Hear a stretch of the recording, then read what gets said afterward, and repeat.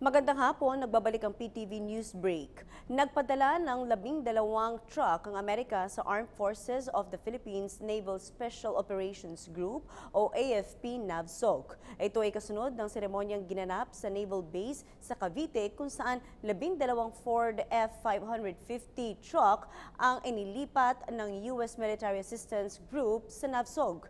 Ayon sa pahayag ng U.S. Embassy, malaking tulong ang mga ito upang mapadali ang pagpapatrolya ng mga operations group units na nakabase sa iba't ibang parte ng bansa, kabilang na ang Tawi-Tawi, Zamboanga at Davao. Bukod sa mga truck, magdaragdag din sila ng mga bangka na magagamit naman sa mga deployment.